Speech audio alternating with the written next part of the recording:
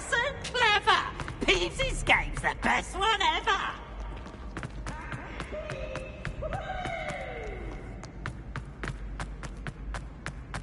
So frustrating. You wanted to speak with me, Mother? I had hoped to speak with you alone, Natsai.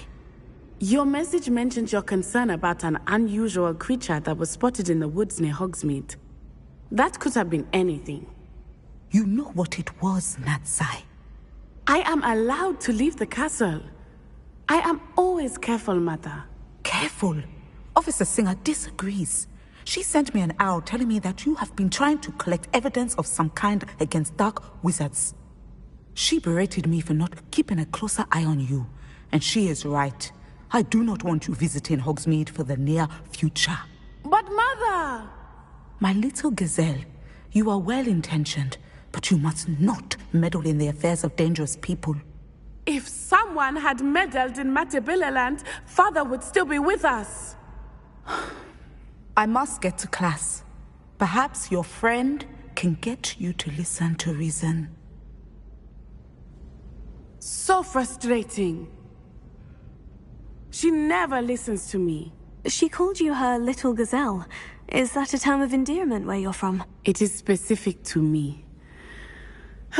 I am the unusual creature in Hogsmeade she mentioned. Self-transfiguration is not taught at Hogwarts, so I am gently discouraged from practicing it. However, I am an animagus, and it is in my gazelle form that I have been able to wander the Highlands rather freely until now, much to my mother's chagrin. That is how I managed to spy on Rookwood and Harlow.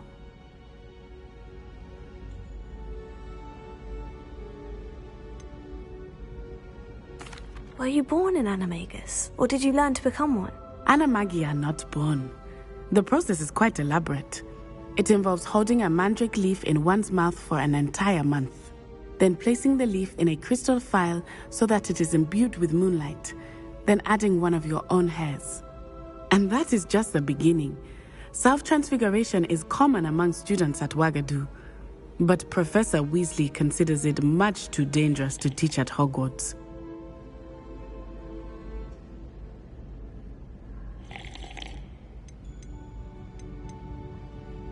Now the nickname makes sense.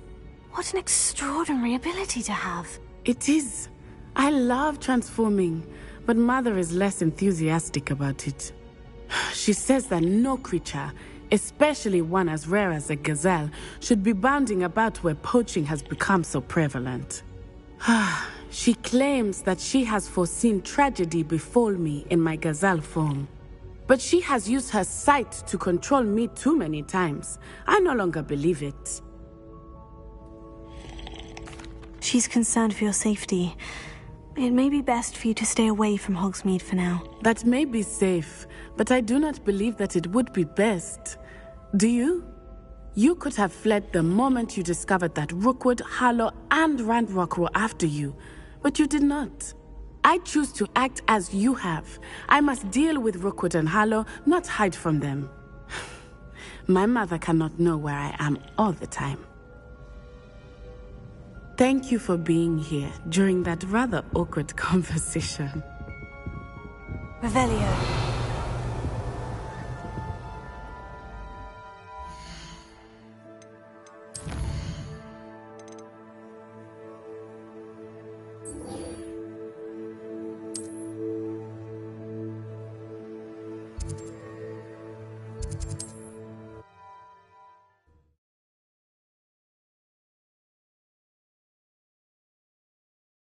What are you up to now?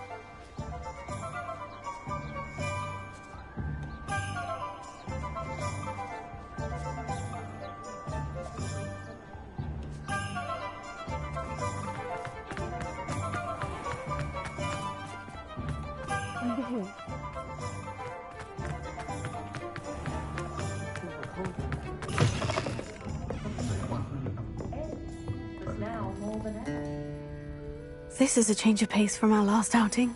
Don't remind me. The thought of that tent still makes my blood boil. I've been thinking about those poor dragons in the fighting ring. The collars they were wearing, they appeared to be goblin silver. I think a collar is precisely what we found at that poacher camp. I've never known poachers to use anything like that before. The dragon that attacked my carriage was wearing a collar, and Professor Fig was genuinely baffled by its behavior. That attack always did strike me as a little strange, seemingly coming out of nowhere. Surely you aren't suggesting that the collars somehow control the poor creatures? Exactly. Merlin, I don't think the dragon we set free was wearing a collar, but we should check. And if we can find her, we can return her egg. That's a good idea. We need to see this through.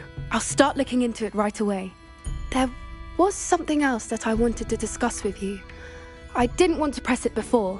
It seems I may have caused you more trouble with Victor Rookwood. Why is he after you?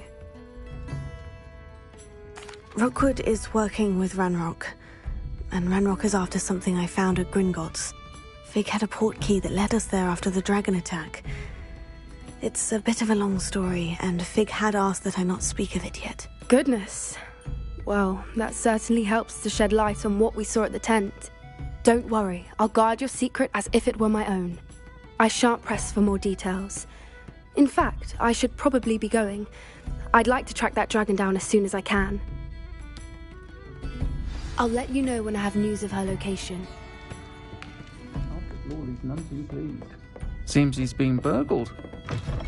And I never heard of the... Revelio. I don't ever want to find him then.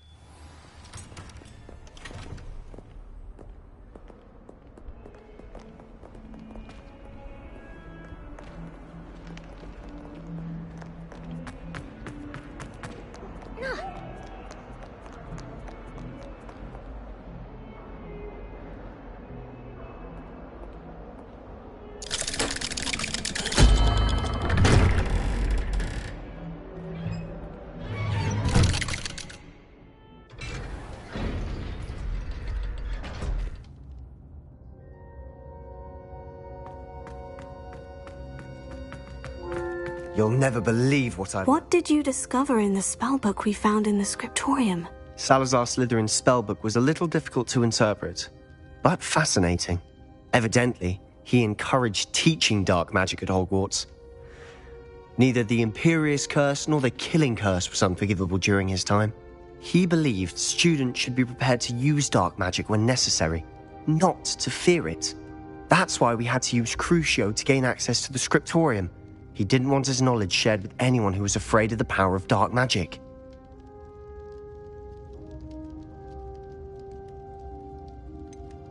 It was hard to do, but casting Crucio was our only option. And I'm glad we did it, because in the spellbook I also found something else. References to a lost relic, which, from what I can tell, grants the holder the power to reverse dark magic curses. And you think this relic might be able to save Anne? Precisely. I plan to search for this relic, but I don't think we should tell anyone. Especially Ominous. He wouldn't understand.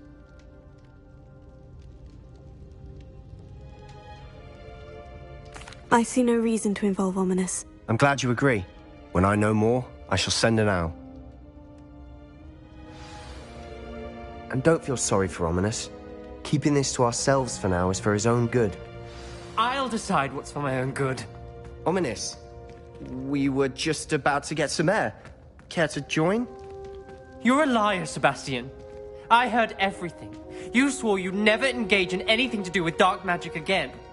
No, I didn't. I said I understood you wanting that. I'd never swear to give up on finding a cure for Anne. You don't know when to stop, do you? I know when not to stop. Leave this alone, Ominous. I'll be on my way.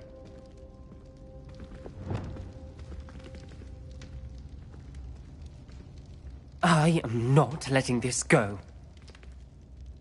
ominous. Sebastian meant well. I know what I heard. You knew I wouldn't agree with you. Going after that relic is not a good idea.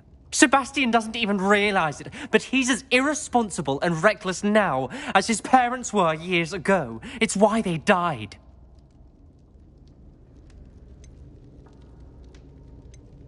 Poor Anne and Sebastian. That's why I can't understand Sebastian's recklessness. I've practically lost Anne. I can't lose Sebastian too. Please avoid anything to do with that spellbook.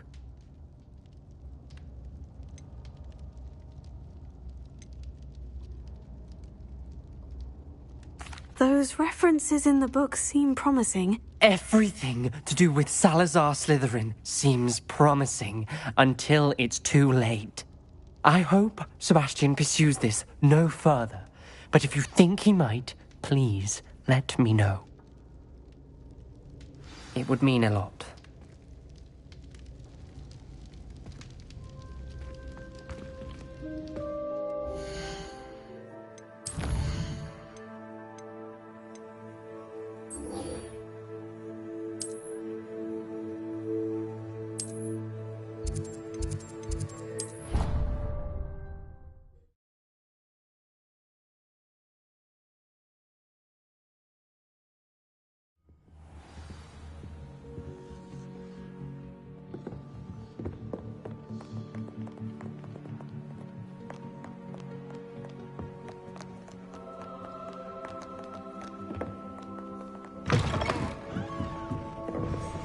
Marvelous at astronomy.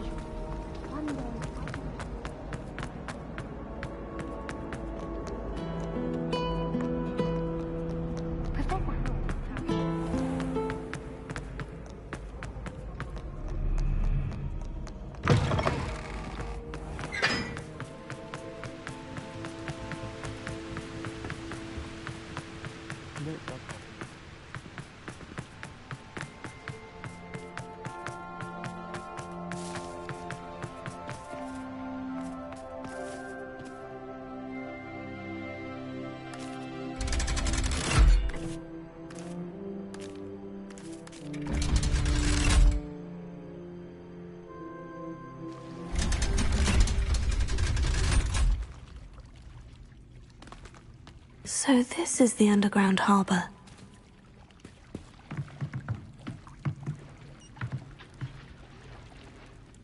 Revelio.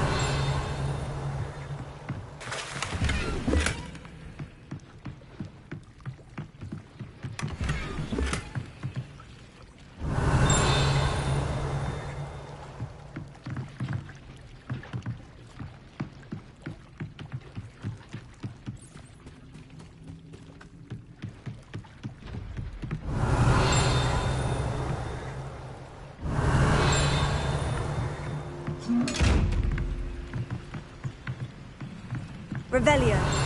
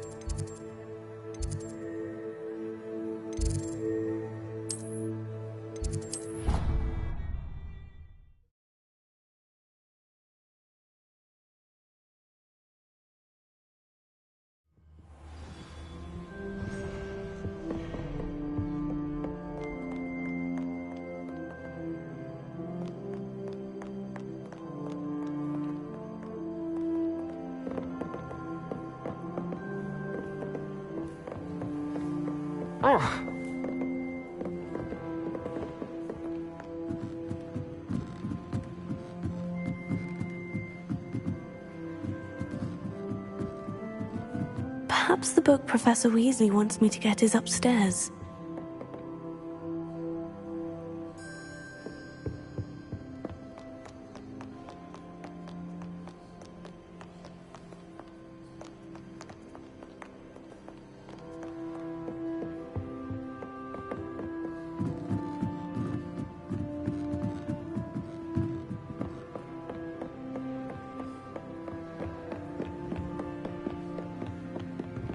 That book Professor Weasley asked me to find should be around here somewhere.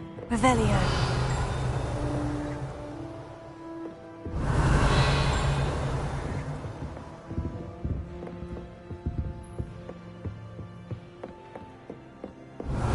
Looking for the book Intermediate Transfiguration.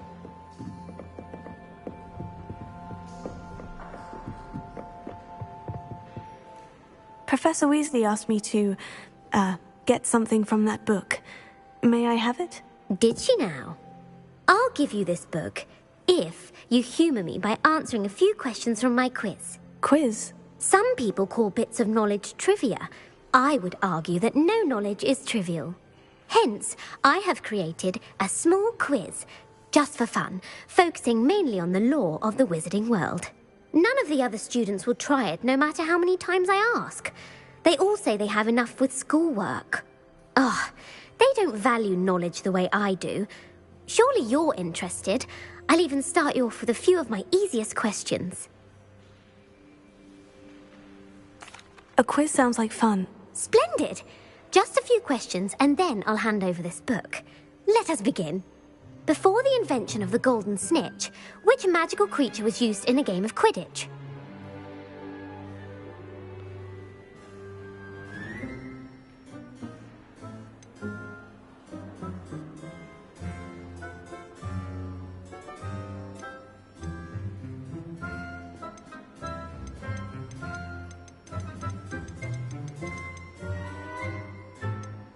The golden snidget. Correct!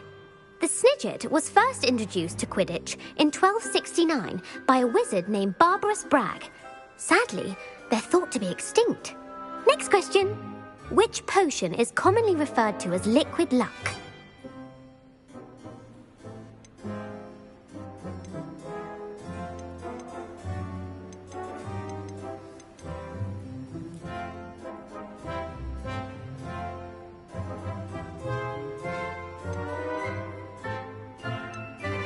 Felix Felicis. Well done! Since it makes the drinker temporarily lucky, Felix Felicis is a banned substance in all organised competitions. The tale of the three brothers involves which magical artifacts?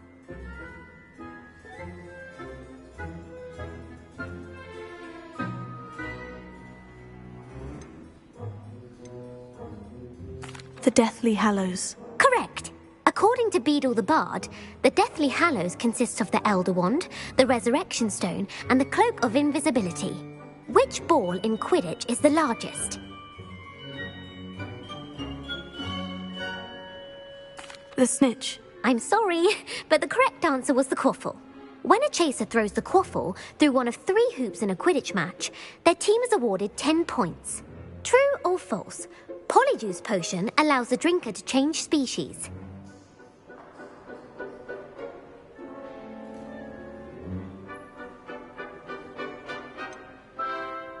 False. Correct. While Polyjuice Potion can be used to change things such as age or race, it cannot be used to change species. Well, I suppose this has gone on long enough. I'll put the book back on the pedestal now. If you're inclined to test your knowledge again, I have plenty more questions I could ask you. And I won't be giving you any more easy questions either. The next ones will be more difficult. I don't have time for a quiz at the moment. Let me know if you change your mind. I put the book back on the pedestal for you. Revelio ought to make quick work of this. Professor Weasley's tasks are complete. I should attend Transfiguration.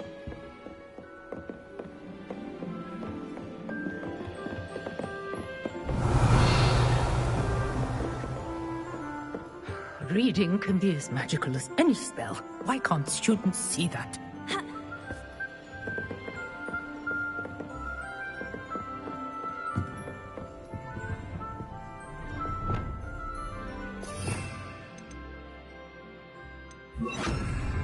Lumos.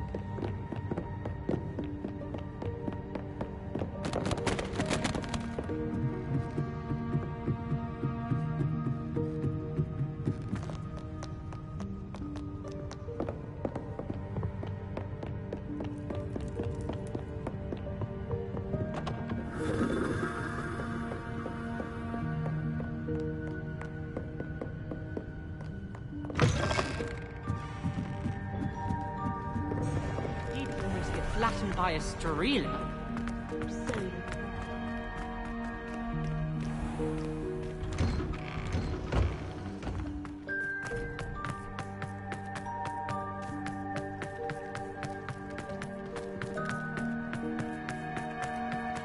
I heard Professor Weasley transfigured the book with all her test answers into an owl to stop students from cheating.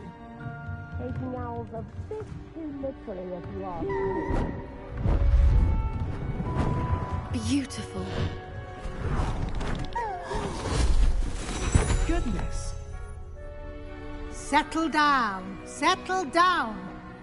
Transfiguration, as you may be weary of hearing me say, is an exact science that can take a lifetime to master. But we needn't be daunted. Almost anything can be transformed if you can just perceive the potential within it. As I see in all of you, tremendous witches and wizards, every one of you. Or it could just be my eyesight.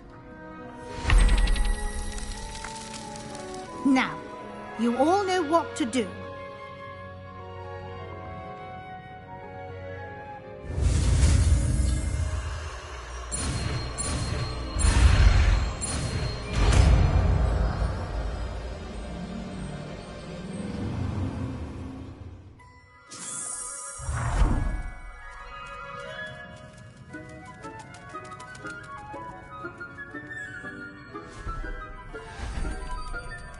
Beautifully done. Class is dismissed. And remember, now is not the time to ease off your study. OWLs will be here before you know it. Weasley's always been my favourite professor, although I've never liked transfiguring creatures.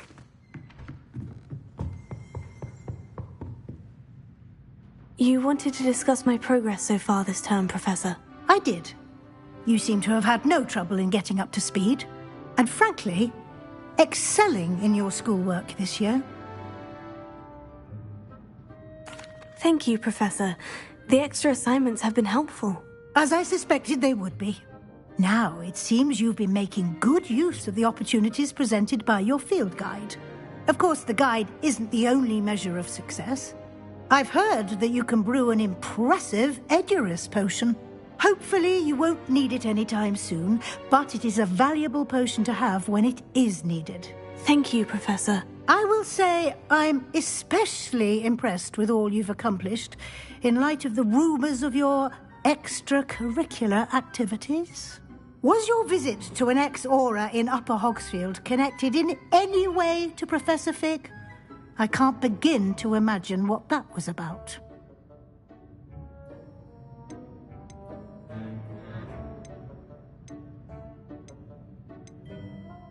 Professor Fig has encouraged me to explore when I can, in an effort to complete my field guide. I see.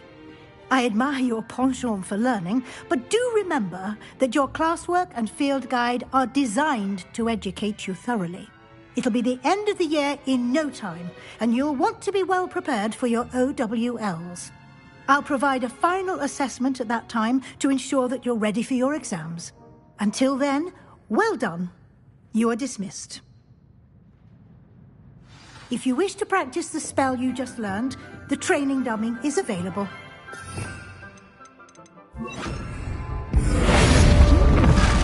Glad to see you are paying close attention to my demonstration of the transformation spell.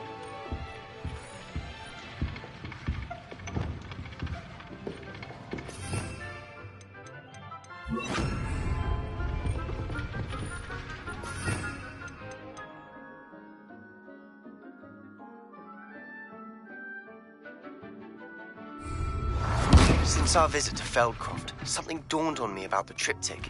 Meet me at the Overlook, just north of the Forbidden Forest.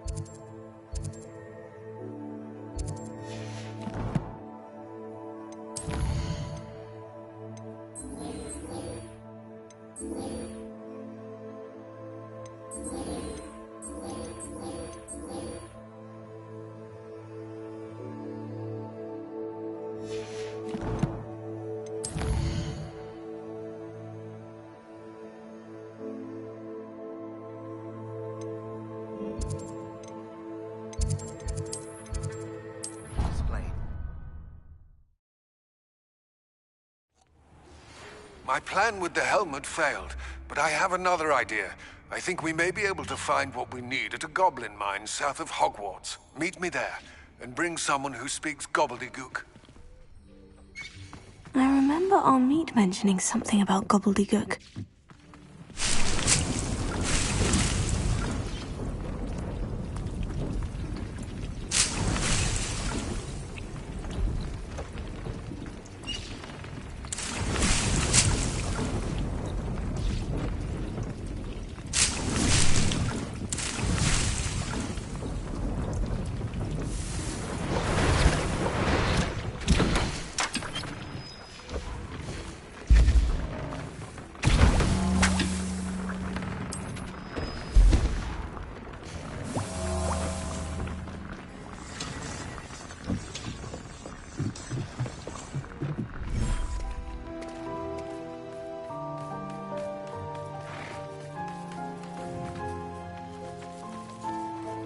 Revelio.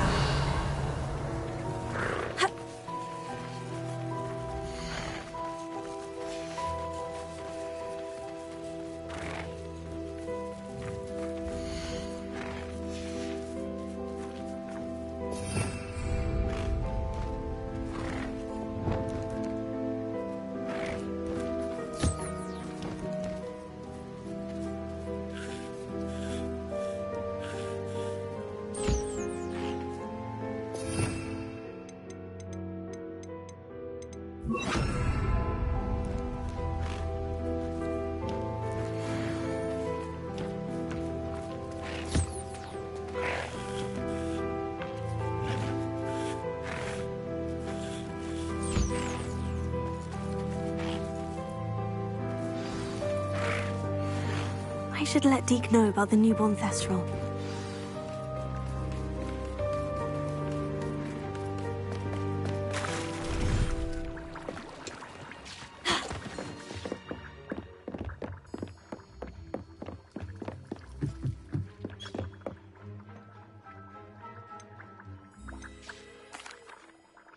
Hello, Deke. You'll be pleased to know that a little Thestral was born. How wonderful to have more Thestrals in our world. Such misunderstood beasts. I'm sorry that we both can see Thestrals, Deke. Deke is privileged to see such majestic beasts, but sometimes wishes Deke couldn't. Deke is to blame. What do you mean, to blame? Years ago, Deke's master ordered Deke to help him capture a phoenix, the rarest of all beasts, that Master had spotted high on a cliff. The phoenix was the most beautiful beast Deke had ever seen. Deke begged Master to leave her be. When Deke hesitated to climb up the cliff as ordered, Deke had to punish himself. As Deke punished himself, Master grew angrier and angrier, and in his frustration cast at the regal bird. Deke suspects the phoenix was protecting eggs when it swooped down in fear and fury. Before Deke could reach him, Master fell from the cliff. Deke stayed on that cliffside for days, punishing himself, before Tobbs found him. What a horrible tale, Deke. I'm so sorry. Deke has only told Professor Weasley that story, and now yourself. Deke often wonders what became of that phoenix. Deke feels fortunate to be at Hogwarts now, helping you rescue beasts. Perhaps Deke can make amends for what came before.